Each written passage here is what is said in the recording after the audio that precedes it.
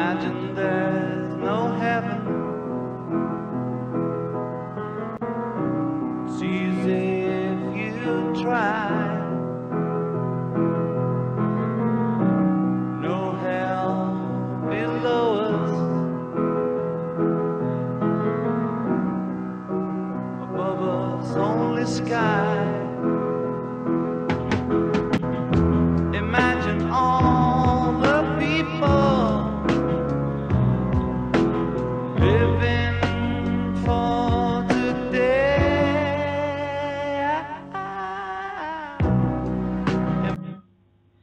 Marie, chapitre 6. Les retrouvailles.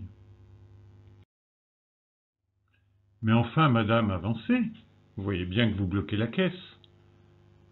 Dans les brumes cotonneuses d'un songe mal éteint, une voix insistante et vulgaire sortit Marie de sa rêverie. Quelle audace, pour une sans-côte, de la réveiller ainsi.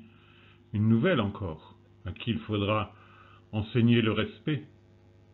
Marie se retourna d'un mouvement vif et montra le dessus de sa main à l'insolente. « Regarde, idiote, 5, 3, 6 !» Elle pointa orgueilleusement la puce qui l'avait tant coûté et qui l'avait fait tant souffrir. Il n'y avait rien sur la main. Elle fit un rapide tour de la situation.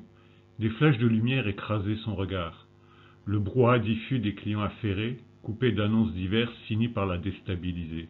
« Bonjour madame, avez-vous la carte du magasin ?»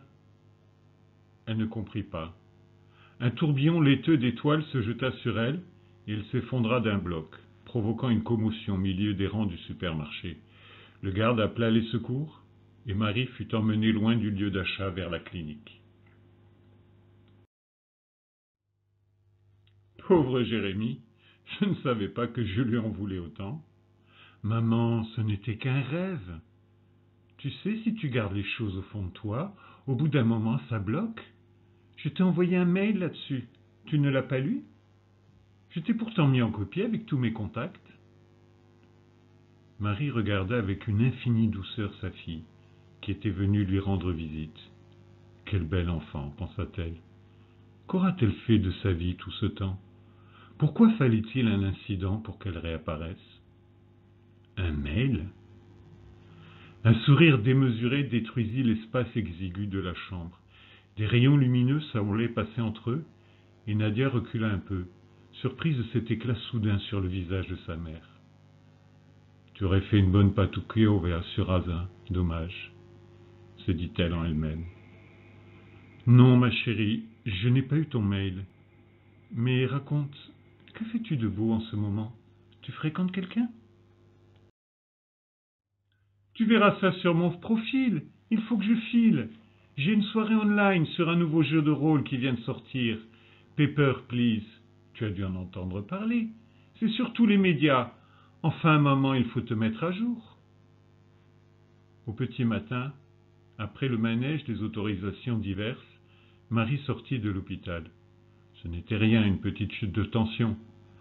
En chemin, une jeune fille l'aborda. « Madame, un écrivain est là. Voulez-vous profiter de sa présence le temps de votre séjour ici? C'est que, justement, je sors. » Elle ne sortit pas. Elle décida d'accompagner cette étudiante, qui devait certainement faire cela pour payer une partie de ses études. Quelle liberté! Changer de route au hasard d'un caprice. Quel parfum! L'air d'Aza en manquait cruellement, comme si une main avait posé sur ce monde de fourmis affairées, inconscientes, une cloche opaque et insonore. Oui, madame, c'est mon premier livre. C'est un essai sur la physique quantique, appliquée aux relations humaines. Saviez-vous que nous vibrons tous comme des atomes et qu'il nous coûte énormément de changer d'opinion ou de situation?